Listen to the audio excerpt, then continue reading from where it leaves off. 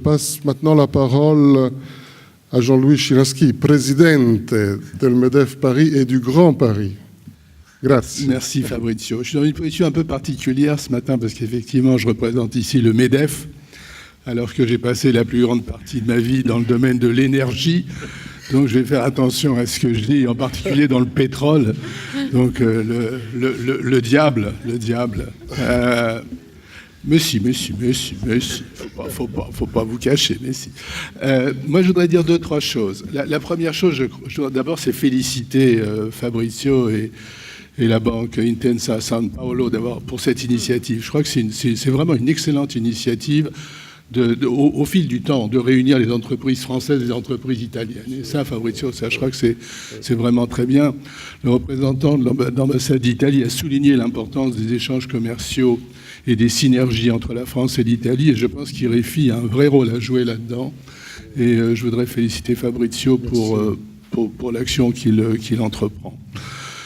Et dire aussi que le MEDEF le soutient complètement. Vraiment, on soutient complètement cette initiative au nom des entreprises que nous représentons. La deuxième chose que je voulais dire, c'est qu'effectivement, le thème de l'énergie, il est avec nous pour un certain temps. Donc, Fabrizio, tu auras l'occasion de refaire des réunions comme celle-là.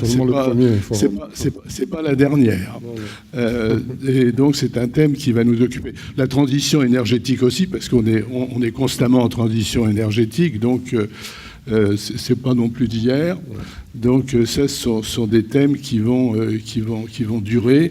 Et je pense que l'IREFI a un rôle à jouer entre la France et l'Italie, où il y a des entreprises énergétiques de première importance, vraiment de première importance, et au plan mondial, pas seulement au plan européen.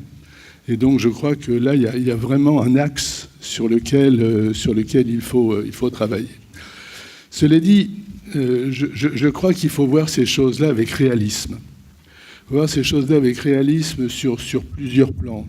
Le premier plan, c'est que l'énergie, c'est un système mondial, c'est pas un système français, c'est pas un système européen, c'est un système mondial. Le pétrole, le gaz sont des énergies mondiales. Le nucléaire un peu moins, mais néanmoins, ça baigne dans un phénomène mondial. La deuxième chose qu'il faut dire, c'est qu'il faut voir ça avec réalisme aussi. Je pense que vous savez tous que la première énergie mondiale aujourd'hui, c'est le charbon.